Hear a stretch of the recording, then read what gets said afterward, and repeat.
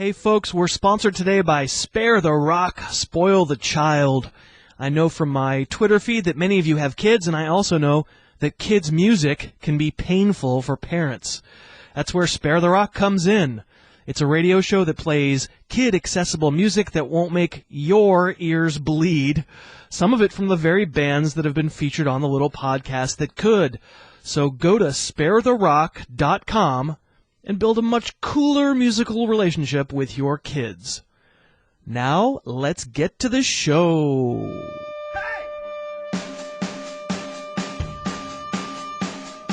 It's the Harris Football Podcast with your host, Christopher Harris.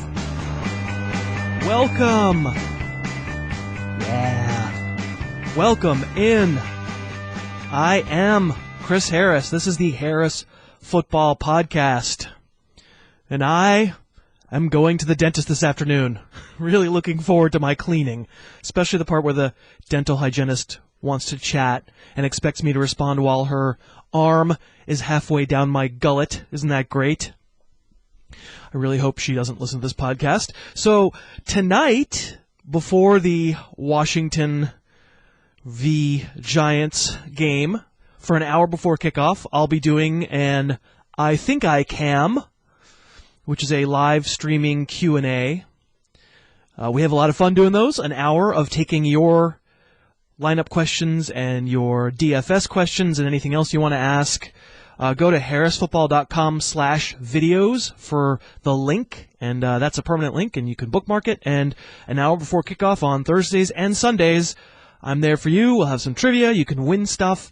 And you can also enter a DraftKings room and play against me, which is pretty fun for low stakes, but high bragging rights. You can crush me and then make me cry. And then, tonight, assuming I still have all my teeth, and who hasn't had that dream, I will see you at 7:30 Eastern. Today's kickoff. On today's show, I'll hit the highlights of the new fantasy-relevant injury news that's out and about. And then it's everyone's favorite Thursday segment, Flexual Healing. And wait until you hear the intro we've got. It's amazing. We'll have a preview of Thursday night's contest, Washington at the Giants. And then Craig Clark will come aboard and we'll get you ready for DFS in Week 3. We're also sponsored today by BetDSI.com, and I was looking over their NFL lines for Week 3. I kind of like to predict the lines before they come out and see where my biggest surprises are. The games where I missed by the most were Jets-Eagles, where I expected Jets to be favored by 5, and they're -3, and Broncos-Lions, where I expected Broncos by 1, and they're also -3. So maybe that's an interesting way to play, or maybe you like home dogs. This week we're talking Rams, Titans, Cowboys, and Lions. Anyway, for me, the best place to play is BetDSI.com. They've been around 14 years. They get an A+ on many sportsbook ratings sites, and you can get your winnings whenever you like. Plus, when you open an account now and use the offer code Harris10, within a couple hours, they'll put $10 into your account. So head on over to BetDSI.com and use the offer code Harris, no space, the number 10. And by the way, let me mention, this stuff is all meant in fun and to be done in moderation, but there are folks who do have trouble with moderation in this area, and if you have a problem, please go to gamblersanonymous.org for help. Injury news. Well, let the Arian Foster hysterics continue. Bill O'Brien told reporters yesterday he doesn't think Foster will play in Week 3, so for the moment, Foster is out of my ranks, and Chris Polk is the highest-rated Texans running back, though he's pretty far down on the list. Not sure you're that excited about using him. I know I always say don't listen to what coaches say, and I don't completely rule out the possibility that this is gamesmanship on O'Brien's part, but I think it might have been Mike Clay who said on this show, you pay more attention when coaches say negative stuff than the sunshiny stuff. Anyway, with Foster, like Tame Impala said, it feels like we only go backwards. My buddy Tim McManus, on whose radio program in Philly I appear every Saturday along with Pat Callahan. Anyway, Tim reported that DeMarco Murray came out of the Eagles' practice yesterday with a hamstring injury. Apparently the test results were okay, and the injury isn't considered serious, but there's a chance he could miss Sunday's game against the Jets, which, let's face it, at this point, might almost be merciful. Ryan Matthews would be the next man up, and I'd probably slide him right around where I have Murray in my ranks, which is currently RB19. But, I mean, even that rank felt dirty, considering how bad the Eagles' running game has been. So, yeah, I mean, if you want to totally stay away from what has so far been a dumpster fire in that running game, I get it. Speaking of mercy, Alshon Jeffrey still wasn't practicing Wednesday because of his hamstring, the one that caused him to miss Week 2. And with Jimmy Clausen leading the Bears into Seattle, maybe it would just be better if the entire Bears team just mysteriously came down with food poisoning and rested in Week 3, and maybe like Northwestern took the field against the Seahawks instead. Anyway, I haven't ranked Alshon Jeffrey yet for this week. If he winds up active, again, speaking of mercy, it's a late game Sunday, so maybe that saves us from ourselves. I mean, Jeffrey is a really good player. If he's healthy, he's tough to sit, but, I almost feel like it would be better if this decision was sort of taken out of our hands. DeAndre Hopkins reportedly is suffering from post-concussion, and his availability for Sunday is unknown. I will have updates the rest of the week.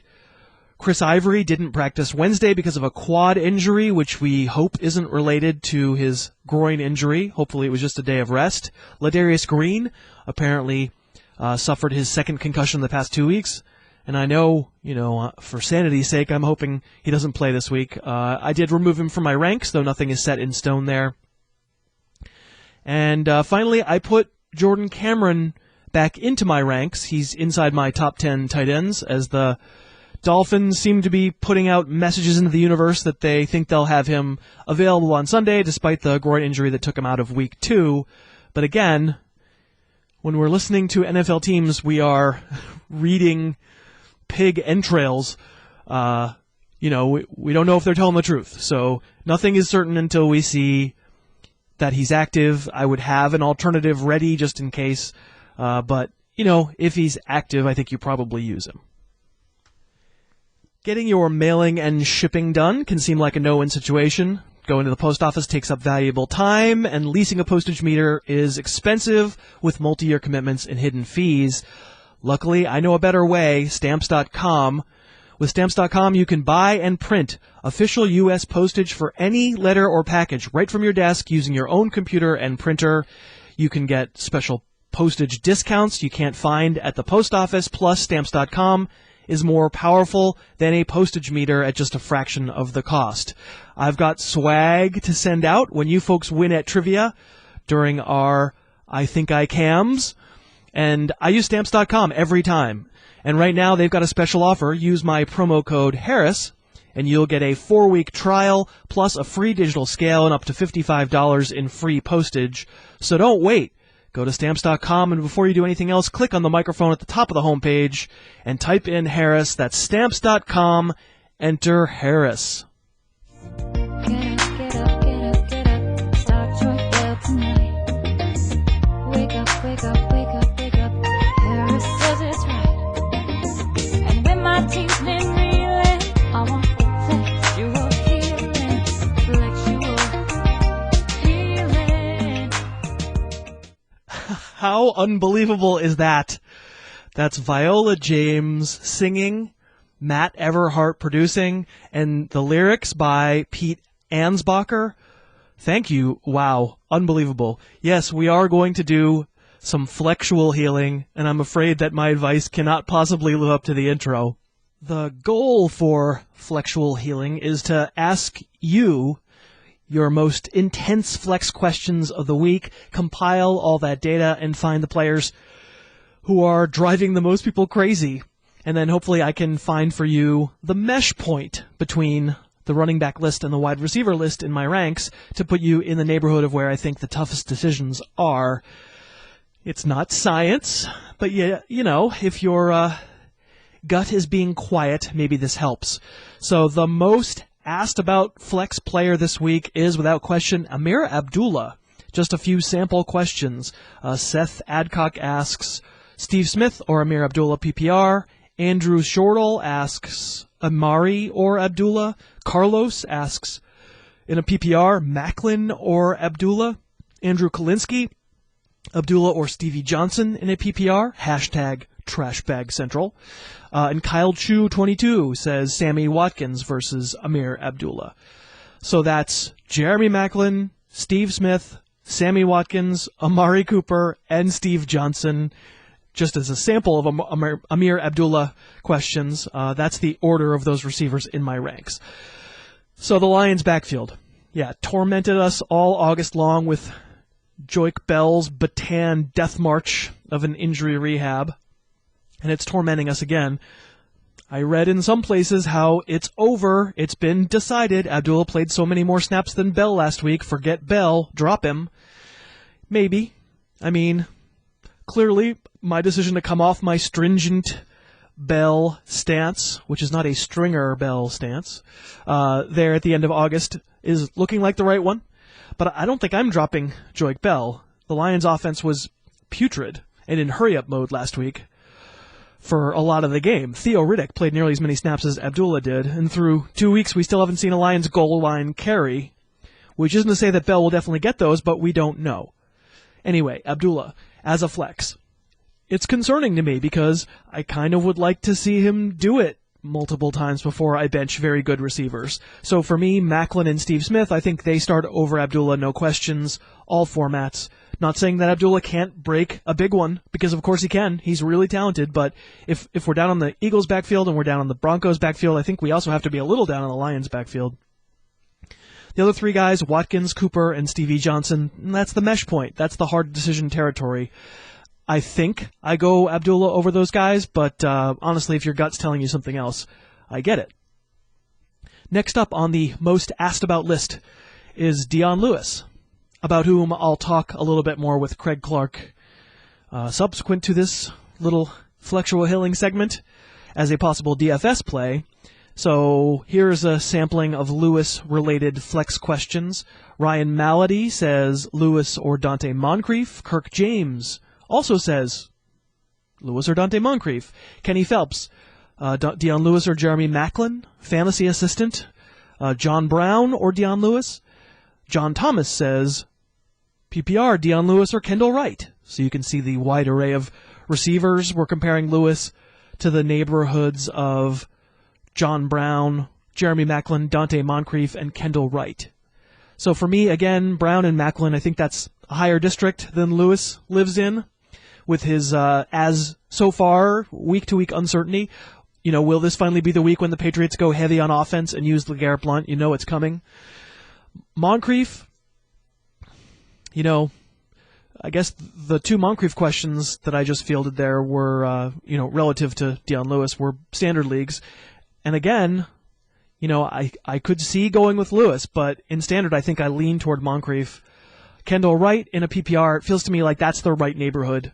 I think I'd lean Lewis and hope Wright is a PPR option in the same way that Lewis is as a volume play, and while Wright's floor feels safer because of the blunt factor, Lewis's ceiling feels quite a bit higher to me. I saw a bunch of Devontae Adams questions, as folks were obviously disillusioned in Adams' performance Sunday night with the sprained ankle and his subsequent milquetoast production. Adam asks, in a PPR, Gio Bernard or Devontae Adams? K. Deegs asks, in a PPR, Shane Vereen or Devontae Adams? Dixon Steele asks, PPR, CJ Spiller or Devontae Adams?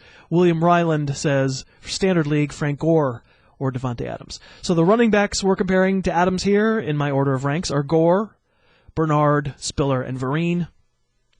So let's see if we can figure out the right neighborhood for Mr. Adams. Gore, he was a nightmare Monday night. The red zone fumble, really disappointing, but I think you roll with him over Adams, who's 31st in my standard receiver ranks this week, because we're not sure we're going to have much clarity on the real condition of his ankle, and the Packers play a Monday night game.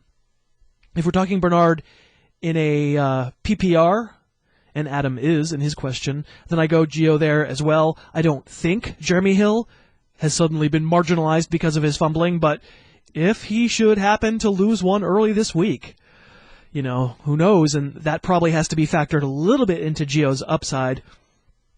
I think as far as Spiller goes, we all know eventually he's going to have PPR value, maybe as soon as this week, but I know I feel pretty burned by week 2, and I'm just fine making him prove it once before going with him. So I think my tendency might be Adams over him, but again, stay tuned to anything concrete we can glean over the weekend about Adams' ankle. And Vereen, we'll see tonight. I know a segment of Twitter isn't all that happy about my lack of Vereen love this week. And again, folks, just because you disagree doesn't mean you have to get angry and adamant and tell me why I'm stupid. It's a matter of opinion. I don't have a time machine. But I need to be convinced the Giants are going to use Vereen regularly like he was used in the first half last week. He was on the field almost the entire first half, but then Rashad Jennings stole a ton of playing time in the second, and I'm sort of vexed by that. Let's see if we can hit a few more of the very common flex question guys. We already talked about John Brown in relation to Dion Lewis, and I'd pick Brown. And here are a few other Brown questions. We have John asking Jonathan Stewart versus John Brown. Brian Blum says Mark Ingram or John Brown, and that guy says Gore or John Brown. That's kind of some nice company for John Brown, my number one flag player. He's starting to be respected in fantasy circles. All those running backs we just mentioned were top 15 to begin the year. I think it's probably a pretty fair neighborhood for Brown. He didn't produce big on the stat line last week, and in fact, yesterday you heard Mike Clay talk about how he thinks Larry Fitzgerald has re-elevated to the ranks of top 10 wide receivers. But as I've said a couple of times, Brown had 2 long pass interference calls setting up short scores last week. If he doesn't get interfered with, boom, long touchdowns. I think Stewart and Ingram are probably the neighborhood where I feel the mesh point, and I might lean toward the running backs, but I don't think it would be dumb to go with Brown. In the Brown v. Gore comparison, I think Brown v. Gore must have been some kind of important Supreme Court case that I'm not putting my finger on. Maybe I'd take the crack on Brown. It's not so much about the matchup, because I'm not sure the real 49ers defense has really even stood up yet. But Gore has some question marks. Let's see him answer them. A couple Mike Evans questions. Jacob Kriesman wants to know Mike Evans or DeMarco Murray. And Jim Cellini says Mike Evans or Joseph Randle, or drive my car off a cliff. Yeah, Evans will do that so far to you this year. The thing about a supposedly great player who's still kind of unproven and battled injury the first couple weeks is, your guess is going to wind up being as good as mine. I trust that from what I saw on game film from Evans last year, there will come a point this season when he busts out and becomes a stud, but is that point now? Your guess is as good as mine. Murray, we talked about his hamstring being hinky, so maybe that decision gets made for you. And Randall hasn't exactly become a fantasy star behind the world's greatest offensive line, so I think I might lean Evans in a better neighborhood than those guys. But, this may come down to personal philosophy. Evans maybe is just a guy you need to see it from him before you can live with yourself. If you'd basically break down into a puddle of flesh if Evans gives you a donut again this week, maybe benching him is saving yourself from yourself. Thursday night preview. Finally, to seg so smoothly into Washington versus New York, let's hit another very asked about flex conundrum, which is the Washington backfield. CJ81TD asks, Dante Moncrief or Matt Jones? Brian Schick says, Terrence Williams or Matt Jones? Sean Kerrigan says, Jordan Matthews or Matt Jones? I'm tuning out everything Washington's coaches are saying about that backfield and only referring to the tape, Matt Jones's game tape was legit, and the workload was very much split last week from the get-go. You can't say who's going to wind up getting the touchdowns in any given week, but the workload was split and the tape was good. We can say that for sure. If anything, I think you can make the argument that if the game flow gets away from Washington, Jones would benefit rather than be hurt because he seems like the more accomplished pass catcher, though Morris did have a lovely grab last week. By the same token, if Washington goes right back to Week 1's plan of having Morris be their bell cow, it would not be the first time a coaching staff overlooked game film because of non-game decisions, non-game reasons, right? Like keeping the veteran happy, or a rookie who got too enamored with himself after a big performance. Et tu, Jonas Gray. So personally for Thursday night, I am holding Jones at a slight remove. If I see the same kind of work split again, yeah, I'm going to start considering Jones maybe even as high as the neighborhood of Jordan Matthews. Maybe not quite that high, because it would still only be a platoon. But, for this week, no, I don't think that's close to where he lives. Dante Moncrief, really similar position as Jones, actually. 1 week, T.Y. Hilton coming back. Where does the workload flow? I think that's almost a perfect ranks mesh point. And to me, that means with Brandon Weeden, the quarterback, I probably play Jones over Terrence Williams. Alfred Morris is kind of the forgotten guy here. He's my running back 17 while Jones is running back 31. So, I prefer Morris to Jones this week because of the track record. But, yeah, there's definite uncertainty, and he's going to be a tough one to gauge over the next several weeks. As for the rest of Thursday's game, which Kirk Cousins are we getting? The guy last week was awfully controlled, basically one bad throw that should have been picked off, but hit Jordan Reed on a really nice seam route throw that basically salted away the game. But of course, we also know Cousins as the turnover machine who threw 4 picks against the Giants in a home game, not a road game, in a very similar situation Week 4 last year. So Reed, he's a starter for me, long as he's healthy. But Pierre Garçon, figures to kind of be held captive by Cousins. If Cousins is good, Garçon can be good. He didn't have volume, or he did have volume, he didn't have yards last week, but I'll take Garçon as a check down guy, even in a PPR, and he scores the touchdown. Commits offensive pass interference, but scores the touchdown. Garçon's my number 27 wideout this week, so worth considering. But my big takeaway from tonight is going to be whether Cousins can take advantage of what I think is a gettable Giants defense. And of course, as I've mentioned just a little while ago, going in the other direction, I'm not sure, like many of you on Twitter seem to be, that this is suddenly Shane Vereen's gig. Maybe the Giants attack Washington with Vereen because their defensive line has been solid against the run through 2 games, but I don't know, man. This feels too Russian roulette-y for me to rely very, very heavily on that New York backfield. Today's guest. And today's guest is our DFS expert, Craig Clark. You can follow him on Twitter at PCClark59. How are you, Craig, and how did you do in Week 2? I'm doing pretty good. I did okay in Week 2, close to breaking even, a couple dollars short, and I'm just chilling by the pool predicting game flow. I hate you so much right now. So I'm not predicting it well. Well, apparently not that well. Predicting game flow, as you know, is our new prog rock band. You and I are starting. You're going to play pan flute. Oh, am I? And I'm going to play pan flute, and we're going to be called Predicting Game Flow. With a lot of harmony. That's right.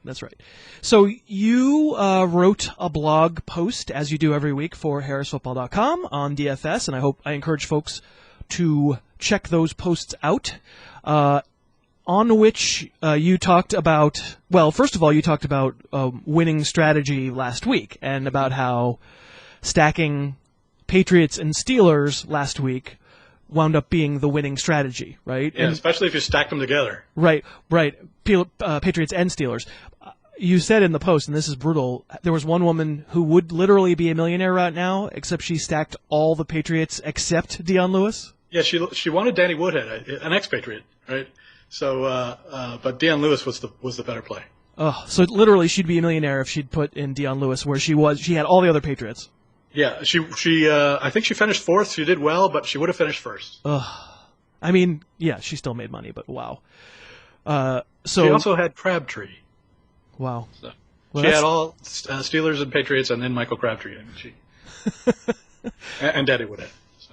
Well, it worked. So if that were you, who would you be sending the angry letters to? Would it be Deion Lewis or to Danny Woodhead? I think I'd be sending it to Danny Woodhead. Do better, little man. I mean, I picked you. Why did you suck? All right. So and he didn't suck. He did fine. Right. But Lewis did better. You took this as an opportunity to evaluate stacking. In other words, choosing players from the same team. It's something that we do in commissioner-style leagues too, but, you have less commitment to the stack if you do it in DFS because it's week by week, where basically you own multiple players from the same NFL team under the assumption that they will do very well. So, first of all, I will ask you about this strategy. I mean, do you feel like we're chasing past results if you look at week 2 and decide to stack this week based on last week? Certainly, if you're just picking the Steelers and the Patriots, which is very tempting to do, you're chasing. It was very rare. I mean, we talked about this last night about pairing a quarterback with a running back. In both those situations, the quarterbacks were basically 1-1, and the running backs were 2-2. Well, actually 2-3 with Lewis. Lewis was a little bit farther off of D'Angelo Williams, but that's pretty rare that they both come in that high. So pairing the quarterback and the running back is in stacking is always a decision you got to make. I'm always doing the wide receivers and the quarterback, and then debating the running back. But it worked out this week. It won't work out in future weeks like that. So the thing you don't want to chase, to clarify for my own sake, is you want to chase the fact that last week it randomly turned out that quarterbacks and running backs on the same team both exploded. That doesn't happen very often. Right. I think it happens every week that you could get a quarterback-running back combination that's good enough to make the final ticket. I don't think every week you're going to find them be 1-2 and 2-3. Right. Okay. So that said, did you feel like you learned something that's going to change the way? I mean, I can't imagine that 1 week now is going to change the way you're constructing rosters. Aren't these weeks independent phenomena? Sure. But I stacked several teams, and almost all of them hit. It was the teams that I tried to cherry pick. Right. Sorry, not teams, but tickets where I tried to cherry pick. Isn't that a 1 week thing, though? I mean, that's not necessarily going to happen again this week. There will be stacked teams that are successful every week. I'm not saying that they're going to win you the $1 million. Right. But they're going to certainly win the 50-50, and they're certainly going to get you $25 in the GPP. Okay, but I mean, if you hit the right stacks, I mean, you pick the right stacks. Yeah. Last week, if you picked Cowboys, yeah, that would not have been the right team to stack, and you would be like, "Oh, stacking's a terrible strategy." I guess I do have my own biases. Towards your recency bias, I think we call it. Yeah, recency bias of tickets that have done well. Like I had Baltimore. That was I was doing great with that, except then I had Mike Evans in the Baltimore defense, which was -1 points collective. I see. All right. Well, so independent of my skepticism, what teams are you leaning towards stacking this week and why? Well, New England still looks like a great stack. I know you worry about Belichick changing it up. Worry the most about Deion Lewis in that case, in that he goes to Blount or however you say his name. Trash bag. We say it LeGarrette trash bag. Yes. I still think Edelman is a pretty safe play. And Brady and Gronk, I mean, if you can afford them, I mean, they still should get you, something good. Maybe not 30 points each this time, but Steelers are a little more shaky. I mean, they sure look good. St. Louis gave up a lot of receptions to wideouts in week 1, and then a lot of running yards to Washington in week 2. Who knows what happens there? But that worries me a little bit more. I'm stacking a Seattle card. I'm debating whether to put Lynch on that card. Stacking the Cardinals, just the 2 wide receivers and Carson Palmer. And I've sort of been building a ticket around the Chiefs and the Broncos together, just because I like the two teams that did really well last week had the extra 3 days of rest. Huh. All right. Again, recency bias. Yes, for sure. And both Broncos and Chiefs are on the road, against Green Bay. Not nearly as good a situations as they were for Steelers and Patriots. All right, so you're the Huckleberry who's just looking at last week, right? I know, but there are only 2 weeks, and we are going to be picking from players who have done well anyway. I get it. So it's hard to take somebody that's gotten no points so far. Right. I'm not saying that. I'm saying the whole three days off thing. Boy, that's... Yeah, that is just one data point. That's one data point you're reaching for. But okay, so if I'm going to summarize there, you're leaning towards potential, if people are constructing rosters, we're stacking maybe Patriots, Seahawks, the Cardinals passing game. Mm-hmm. Those are your top 3? Those are the top 3. I am working on, I'm thinking about a Dolphins one that's a little more out there. All right, but fine, you're going to play a whole lot of tickets, but let's say the listeners aren't playing 18 tickets like you are. Right. Seahawks look very attractive against Chicago this week. Cardinals look pretty attractive too. All right, so on DraftKings, I know that's where you and I both play. Who are you tent polling? What players are you going to have across all tickets this week? I initially had Adrian Peterson on every stack ticket. I take the Patriots and I stick Adrian Peterson in there, and then I shoehorn whatever else I could. I've also considered putting in Jamal Charles to mix it up a little bit, not to have all my eggs in one basket. But Peterson, tell me why Peterson. Peterson just looked so good this last week. He's got a matchup I don't hate with San Diego. He fumbled the ball, and I think he's mad. I always play motivation. It never works out. But I'm glad you're establishing yourself as like Mr. Crutch. Yeah. Every crutch argument you can find. Hey, they got another receiver, so they're going to double cover that one guy. That guy's going to be open all the time. But I do think Peterson's the running backs this week are not very attractive. That's because the running backs every week are not very attractive. They blow this chunks. Week is extra brutal. Do you worry that if you tent pole Peterson, he's just on every other ticket and you don't distinguish yourself, or are you just going to... Well, he's expensive, so he's going to have, probably in the teens % ownership. Maybe he hits 20. Yeah. I don't know that he's going to be on everyone. We'll see. I'm pretty good at predicting % ownership, but I'm not as sure about that with him. Yeah, all right, so only one tent pole, Peterson? I like Edelman, too. Okay. So even if you're not going to stack him with Brady and or Gronk, Edelman's winding up on all your tickets. Even if you're stacking Seahawks, you're going to wind up with Peterson and Edelman. Yeah, and I think I do. Okay. So for FanDuel folks, because we have a lot of people who listen who play on FanDuel, is the tentpole answer different this week for those values and or most weeks? Peterson's a little more expensive on FanDuel comparatively. I found myself going to Charles, and with FanDuel you really have to nail the kicker and the defense. You have to select a good kicker on FanDuel, and I've been really poor at that so far. So I've been putting more effort into that. It's because it's random. Yeah, I know.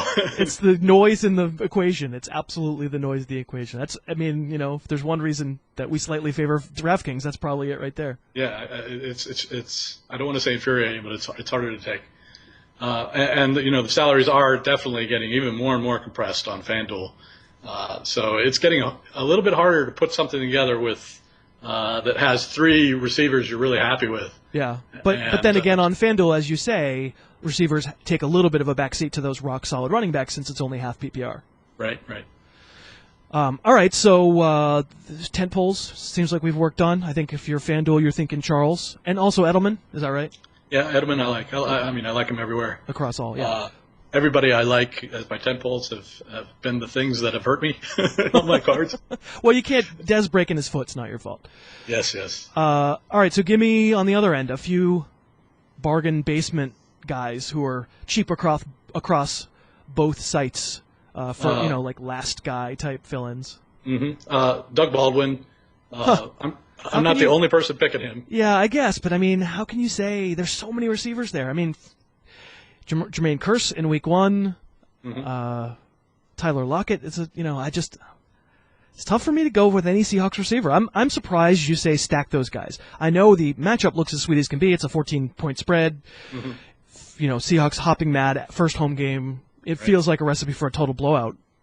would you say every receiver there has an equal opportunity to go nutsy? Well, Carson, Baldwin, and Lockett, so you're getting Chris pretty, Matthews. getting pretty. And the tight end, you know him. I do. He's in the news a lot. Yeah, but, he's angry. I didn't take apparently. Hurst when I stacked. I took Baldwin. I took Baldwin. I took Graham. I took. I'm still debating about Lynch. Took the defense and obviously took the quarterback.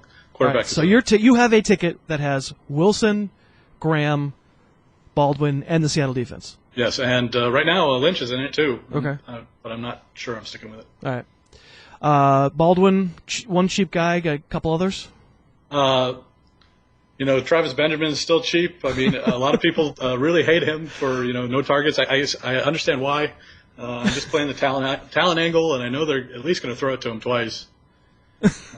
Yeah, Is that game flow? You are the Huckleberry. No, you're just 7 catches. Mike Clay said it yesterday. It's 7 catches, and a lot of them on broken plays. Mm-hmm. And now it's a different quarterback too. They are going to throw it to him. How do you? They know? have to. What do you know? How do you know? I know. I'm a time traveler. You really are. All right, so I'm looking at your primary GPP entry. Your main one. This is the one I did first, and I always have regrets, but it's the one I have to get out first. Right. Because we have publication requirements here at the Harris Football Podcast. Because you publish a column on Vice Sports, our very, very good friends at Vice, who publish a couple of things of mine a week, and they publish your primary GPP entry. So I'm going to read it so folks know, and you're not. We know you play multiples, so you're not wedded to this. But this was your first stab. It's Russell Wilson, Adrian Peterson, Latavius Murray, Jarvis Landry, Percy Harvin, Doug Baldwin, Gronk, Travis Benjamin, and the Jets defense. Mm-hmm. So if people are driving or working out or whatever, that is on the website. Go to harrisfootball.com/DFS. It's right there if you want to see Craig's primary entry. All right, so we've talked about Wilson and Peterson and Gronk and Baldwin. Jarvis Landry sort of speaks for himself. Yeah, he's really consistent. He's on my team too. Tell me why Percy Harvin? I needed somebody at that price. He was my last pick. Oh, so he was your fill-in. He was your last guy. Right, and I was like, well. You just saw Miami give up some deep throws, yeah. But Percy Harvin seems to fill that role. I mean, it's a shot in the dark. It's not shot in the dark, but of that price point, he's who I like the best. Okay, and Latavius Murray. Latavius Murray, he's a clear number one running back going in this week against a pretty good situation, and they seem to be pretty rare. I took him pretty early in my ticket. I took him before Landry. I nailed him down before Landry, and so I'm happy with him. I've got him on my FanDuel ticket as well at this point. He's just sort of got that middle tier price in a good situation. So you and I are also participating in a Harris Football listeners only league on DraftKings. We did it last week. We're doing it again this week. Yeah, it's great. And maybe it was fun because we both did very well. But I was leading for a long time. I wish they just could have ended it. Yeah, they couldn't though, and I wound up beating you, and that's very tragic. But it's fun. I hope folks, will check. I mentioned at the top of the show, harrisfootball.com/video. Go to harrisfootball.com/videos. That we'll have a link there. All right, so let me ask you. So that's a universe of like 100 players, right? So it's going to be a room of 100 super smart, obviously, Harris Football listeners. Well informed, at least. Well informed, if they're listening. Hello, are you listening? Mm-hmm. So does your lineup tend to change? Does your strategy tend to change for something like that, as opposed to not, competing against tens of thousands of people? Well, the spread is not going to be as large between loser and winner, but you still want to win. So I'm still going to put in. I'm not going to put in that lineup that you see there. I'm going to surprise you all with whatever my lineup is. It's going to be one of my stacked lineups. I'm just going to try and hit something that's got a chance to win. I don't care whether I come in 30th or 70th. Right, but that's easy to say. Thanks for the platitude. You sound like an NFL coach. Yeah. But I mean, strategy-wise, if it's a universe of 100 people, how do you beat 100 people as opposed to trying to rise to the top of 10,000 people? Well, don't pick the super outlier. Okay. Be a little more safe, but you still want to have a little pizzazz to your ticket. But you don't want to just go with stack all of the Browns. Good strategy for life. So was there anybody on your entry that we just mentioned just now that you wouldn't put on a 100-person game like Percy Harvin? Yeah, I'm not taking Harvin or Benjamin on that. Okay, so Harvin and Benjamin rise to the level of maybe too big of a flyers for something like 100. Okay, that's useful. See, I pulled it out of you. It's like an NFL coach press conference where the reporter gets to like totally harass the coach until he has to say something. And now I'm at a disadvantage. Yeah, because what? It's $3. It's a really, really tough one. But we're not really in it for the money. We're really in it for the juice. All right, so my 50-50 lineup, you want to hear? Sure. For whatever it's worth. 3 overlaps. Russell Wilson, Latavius Murray, Jarvis Landry. So that's on mine. And then I have some dude named Antonio Brown who did me okay last week. Yeah, he's risky. He's not risky. Pretty good at football. I put Deion Lewis on there. Mm-hmm. I felt like I was going to take a shot on Patriot strategy, which is that game flow? It's not game flow. It's almost game flow. It's more like what kind of game is this for? It's a binary is the thing. Yeah. Is this a Deion Lewis game or is this a LeGarrette Blount game? And the reason I come down on it being a Deion Lewis game is if I look at that Jacksonville defense, I feel like if there's a strength, it's that defensive line. I don't think it's great. It's not as good as Buffalo's. But if I'm going to attack them, other things being equal, I think if it were me, I would attack them on the perimeter, and that's more Lewis. But yeah, I came to the same conclusion, and that's why I have a stacked Patriots lineup, and I'm feeling pretty good about it. I think they're going to throw. So then I have Steve Smith. I don't think I can get away from Steve Smith. Mm-hmm. Anytime he's going to be on all my teams here, like for the next several weeks, because the volume is just going to be there. Yeah. My tight end is Ebron, Stevie Johnson at flex, and I did take the Seahawks defense. Seahawks defense is nice. I've got Seahawks, Jets, or Broncos on all my cards. There you go. All right, Craig. Well, I feel like I broke you down a little bit. I took your defenses and shattered them. I hope you're going to have an okay day now that I've sort of walked all over you a little bit. My sports information director's going to have a talking to me. Stop saying things. Stop giving out information. Yep. So if folks have DFS questions, and I get a lot of them on Twitter, and I'm fine trying to answer, but honestly, for as covert as Craig tried to be about his strategy in this interview, he is extremely candid when he answers you on Twitter. So and always right too. has never given a wrong piece of information. But I like the. Do you want? Should I take Allen Robinson this week? I'm like, oh no. He's terrible. That person will never follow you again. But listen, obviously all we can do is do our best. It's like I always say about fantasy. If you write 51% of the time, you're doing a pretty good job. So follow him on Twitter was my point of all that, at PCClark59. Craig, thank you very much for doing this, and folks will see you inside the Harris Football Listeners DK draft room. Yeah, and you'll be third or fourth or fifth, but you won't be first or second. All right, man. Thanks. Have a good day. All right, I appreciate it. It was a lot of fun. And that's our show. Remember, 7:30 p.m. Eastern on Thursday night, an hour before kickoff, we'll be doing an I Think I Cam, where you can ask me your specific lineup questions, and I'll get to a bunch of them in real time, live streaming. Plus, you'll have a chance to jump into a DraftKings pool with me and Craig Clark and cousin Josh.